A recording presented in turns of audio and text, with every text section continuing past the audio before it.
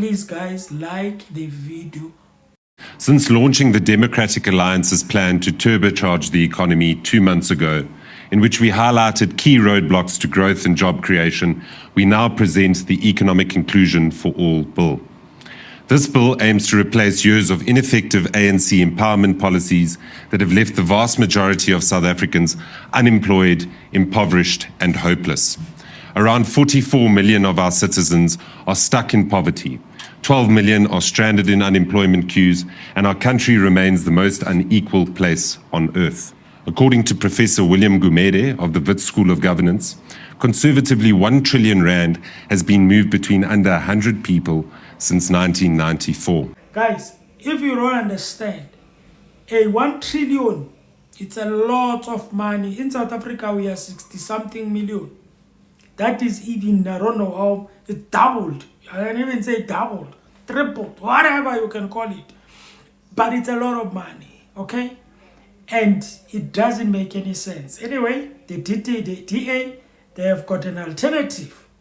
We can scratch the, scratch the BEE, and then we can put what they are talking about. Let's hear what are they going to do. The BEE model has become a key driver of corruption within our society.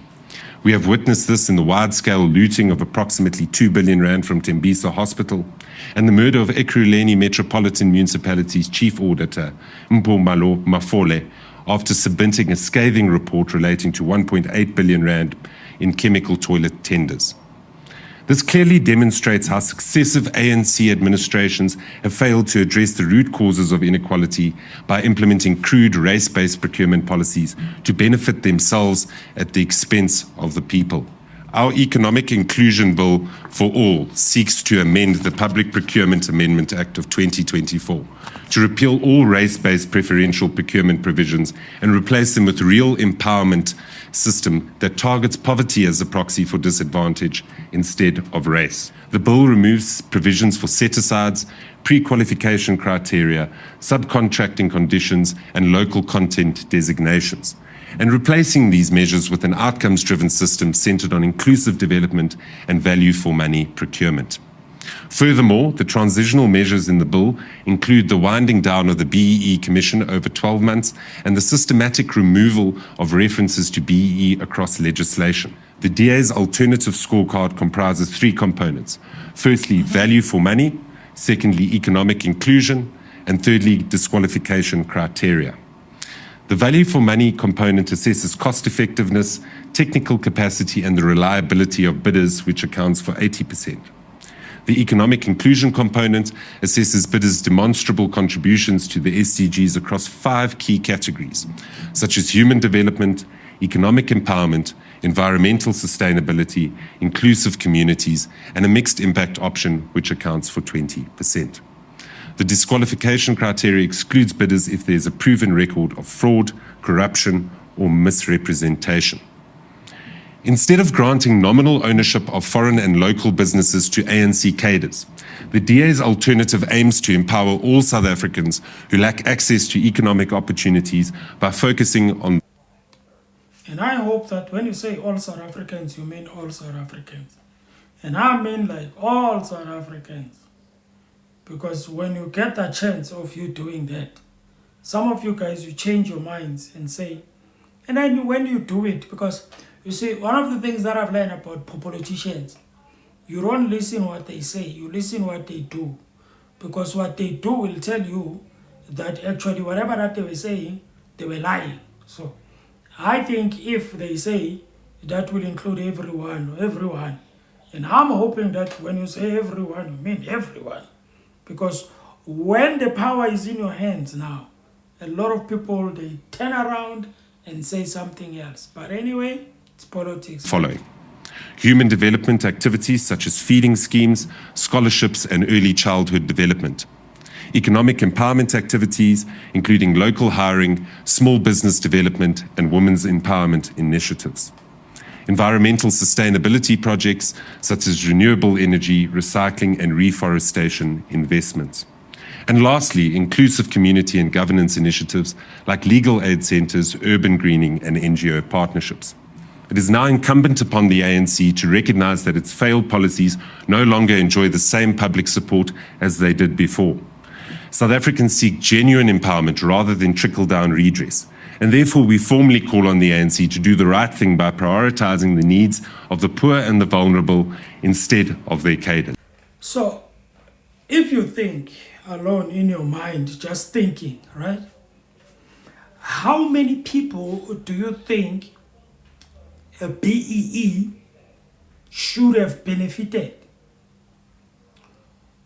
in 30 years? I don't know when the BEE took place, but whatever it is, whatever years it took place, or whatever years it has been, until now, how many people do you think it should have benefited? Now, they are saying that this thing of the BEE was circulating, or it was benefiting around 100 people maybe, and then that amount goes to 1 trillion. Let's just say the 1 trillion, how many people do you think it could have, if they were doing it right, and if it was actually effective as they like to present it to be, the other side, okay? How many people do you think it could have benefited? I think many people, right? Because a trillion,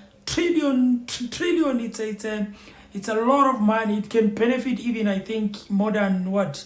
If it's 100 people, you know, it can benefit a lot of people, you know.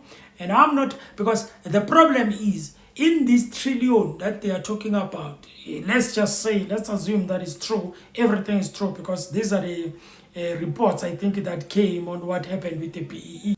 In that trillion, the 100 people that they are talking about, it's like it rotates among themselves. That's what I'm thinking, okay? Because there is no way it's 100 people and then it's trillion. That means it was circulating around them. That means they don't allow anyone to come in to actually benefit from that. It's like when you've got a pie and then you close the door and you're like, I'm going to have this pie alone. The only people that I will allow here are people that are close to me, that I know, that are politicians, that are next to me, whatever. And then we allow those people to eat with us. And then it circulates around them. And then it gets to those amounts. That's why there were times where a lot of people had a problem. They were complaining about it, especially when it comes to this thing of, I think, the department. I don't know which department, whether it's DTI, whether it's whatever, where people, they were complaining about starting their baby businesses. They wanted to start businesses, especially under the umbrella of the BEE. A lot of people were complaining. But anyway, I don't know what do you think about that, ladies and gentlemen. Do you think the DA, they have got what, they have got the alternative which can work? All right, because what they are saying, especially the point number 2, to say they will make sure that everyone benefits from the economy. You see, so these policies, guys, I'm sorry, but anyway, I'm not going to bash anyone. I'm willing to give people the benefit of the doubt, just like in Joburg. For example, for me, when it comes to Joburg, I've always said this, that I don't even care who takes over in Joburg, as long as that person is going to do what they're supposed to be doing. That's it for me.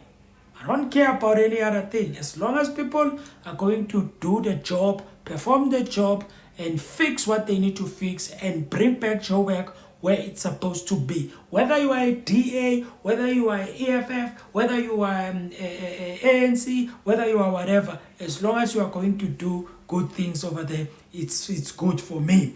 When it comes to the DA, since we were reacting to a video from the DA, I am not saying that I have a problem with Miss Zille.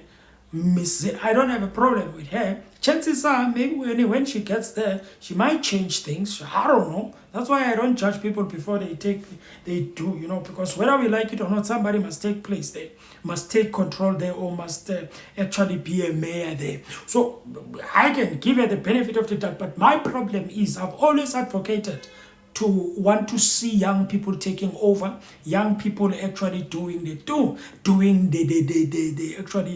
do's. It's good to have a fresh person. The next thing Mrs. Ile fix, and then after fixing, and then let's just say she fixed Joburg, fixing it, and then she retires, and then what? Go back again. now we will put another person from the DA. I would have thought that this would have been a very good opportunity to put somebody that is young to compete. I don't know, because Mr. Mashaba, I think also he wants to get there, I don't know, but to compete with Mr. Okay, I think, yeah, I mean, Mr. Mashaba and everything like that, but it could have been nice, you know, to have somebody young, actually. I think it could have been awesome, according to me, okay?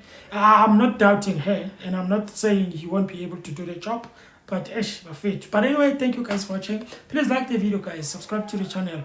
I don't know how to ask you now, guys. You can please like the video. Please, guys, like the video.